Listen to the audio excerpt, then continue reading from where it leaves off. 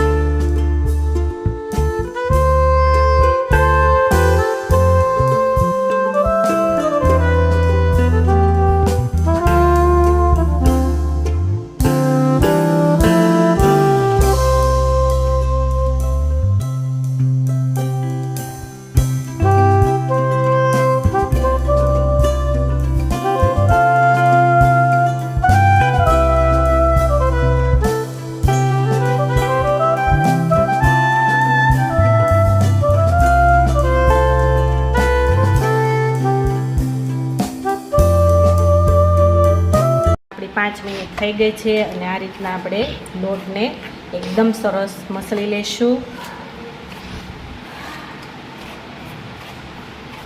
મસળવાથી આપણી રોટલી છે તે ખૂબ જ કૂણી એવી અને એકદમ સોફ્ટ બને છે. તો તમે જોઈ શકો છો કે આપણો લોટ છે તે એકદમ સરસ બની ગયો છે.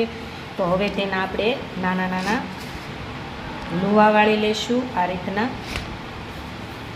જો તમને નાની રોટલી ફાવતી હોય તો નાના લુવા કરવાના, મોટી ફાવે તો મોટા લુવા કરવાના. હું અહીંયા મીડિયમ સાઇઝની રોટલી બનાવું છું તો આ રીતના હું લુવા વાળીશ.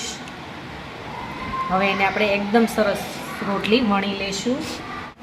તો આપણે જે લુવો વાળેલો છે તેને આપણે કોરા લોટમાં બે સાઈડ આ રીતના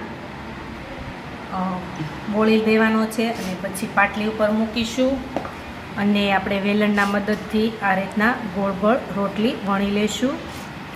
પહેલાં જે તેની કોર આવે છે તે આપણે વણી લેવાની, જેથી કરીને આપણી જે કોર છે તે જાડી ન રહે. અને ફરીવાર આપણે લોટમાં આ રીતના બોળતા જઈશું અને આ રીતના રોટલીને ફેરવતા જઈશું, જેથી કરીને આપણી રોટલી છે તે ગોળ ગોળ ફરે. આ રીતના આપણે રોટલીને વણીશું.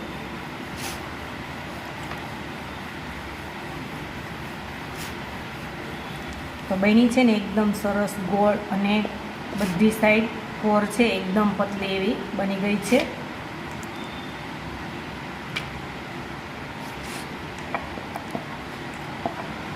હવે આપણે રોટલીને શેકી લઈશું.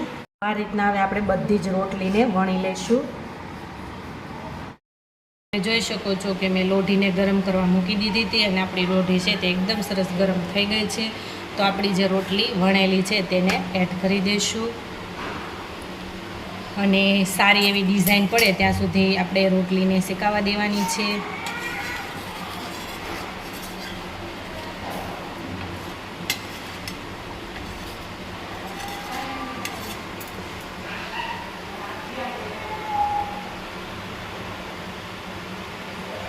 તો તમે જોઈ શકો છો કે આપણી રોટલીના જે બબલ્સ છે તે આવી ગયા છે. તો આપણે રોટલીની સાઈડ છે તે ચેન્જ કરી લઈશું.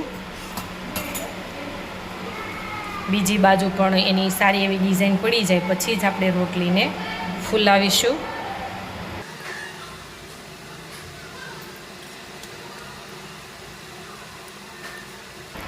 તો તમે જોઈ શકો છો કે આપણી પાછળની ડિઝાઇન છે તે પણ આવી ગઈ છે. તો હવે આપણે લોઢી લઈ અને ગેસ ઉપર આ રીતના રોટલીને ફૂલાવી લઈશું.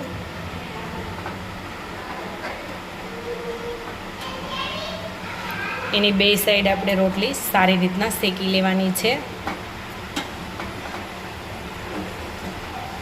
તો હવે આપણે ગેસની ફ્લેમ ધીમી રાખી અને બીજી રોટલી પણ શેકી લઈશું. તો તમે જોઈ શકો છો કે આપણી રોટલી છે એકદમ સરસ બની ગઈ છે. તો હવે તેને આપણે ઘીથી ચોપડી લઈશું. તો આપણે ઘીથી આપણી રોટલી છે તે સરસ મજાની ચોપડી લઈશું.